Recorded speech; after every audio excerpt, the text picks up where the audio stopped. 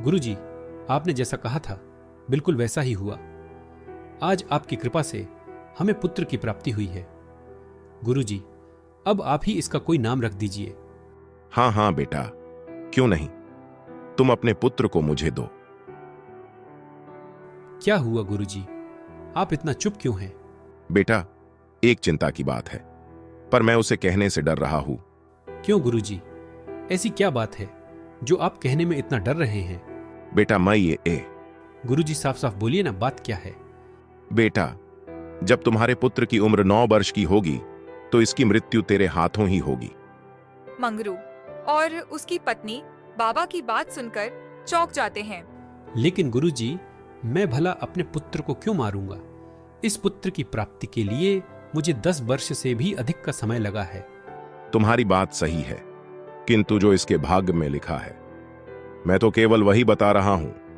बाबा जी, मेरे पुत्र की मृत्यु का क्या कारण हो सकता है जो कि इसकी मृत्यु का कारण बन सकता है? तुम्हारे पुत्र की मृत्यु का कारण एक कुत्ता बनेगा। क्या गुरुजी, एक कुत्ता? एक कुत्ते से मृत्यु कैसे निश्चित हो सकता है? वो तो तुम लोगों को 9 वर्ष के बाद पता चल ही जाएगा। ठीक है बेटे, अब मैं चलता हूं।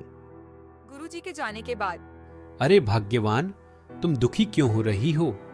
गुरुजी ने कहा है अपने पुत्र की मृत्यु एक कुत्ते द्वारा हो सकती तो अपने गांव में जितने भी कुत्ते हैं उन सबको मैं मार दूंगा। और भाग्यवान, हम अपने पुत्र को इस गांव के बाहर नहीं जाने देंगे। हाँ, आप ठीक कह रहे हो। ना रहेगा बांस, ना बजेगी बांसुरी। जब पूरे गांव में कुत्ते ही नहीं होंगे तो अपने बच्चे की मृत्यु ही नहीं होगी। अगले दिन से ही मंगरू ने कुत्ते को खोज के मारने चल दिया। मेरे पुत्र की मृत्यु का कारण बनेंगे, तुम सबको मैं जिंदा ही नहीं रहने दूंगा। तुम सबको मैं एक एक करके मार डालूंगा। मंगरू को जहाँ भी कुत्ते दिखते वह उसे मार देता था। मेरे पुत्र की मृत्यु का कारण बनेगा तू। रुक।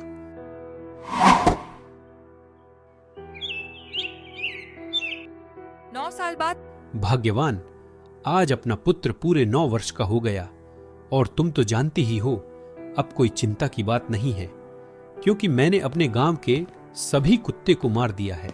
हाँ जी, आप ठीक कह रहे हैं। इसी खुशी में आज गांव में मिठाई बांट दिया जाए। हाँ हाँ, क्यों नहीं। आज मेरा पुत्र 9 बरस का हो गया। अरे कुत्ता, देखो कुत्ता आ गया। अरे भाग्यवान, ये कुत्ता कहाँ से आ गया?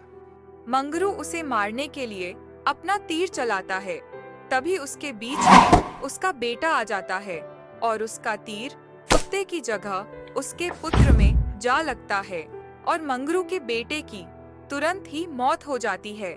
इस तरह उस साधु की बात सच हुई। पुत्र की मृत्यु उसके पिता के हाथ ही हुई।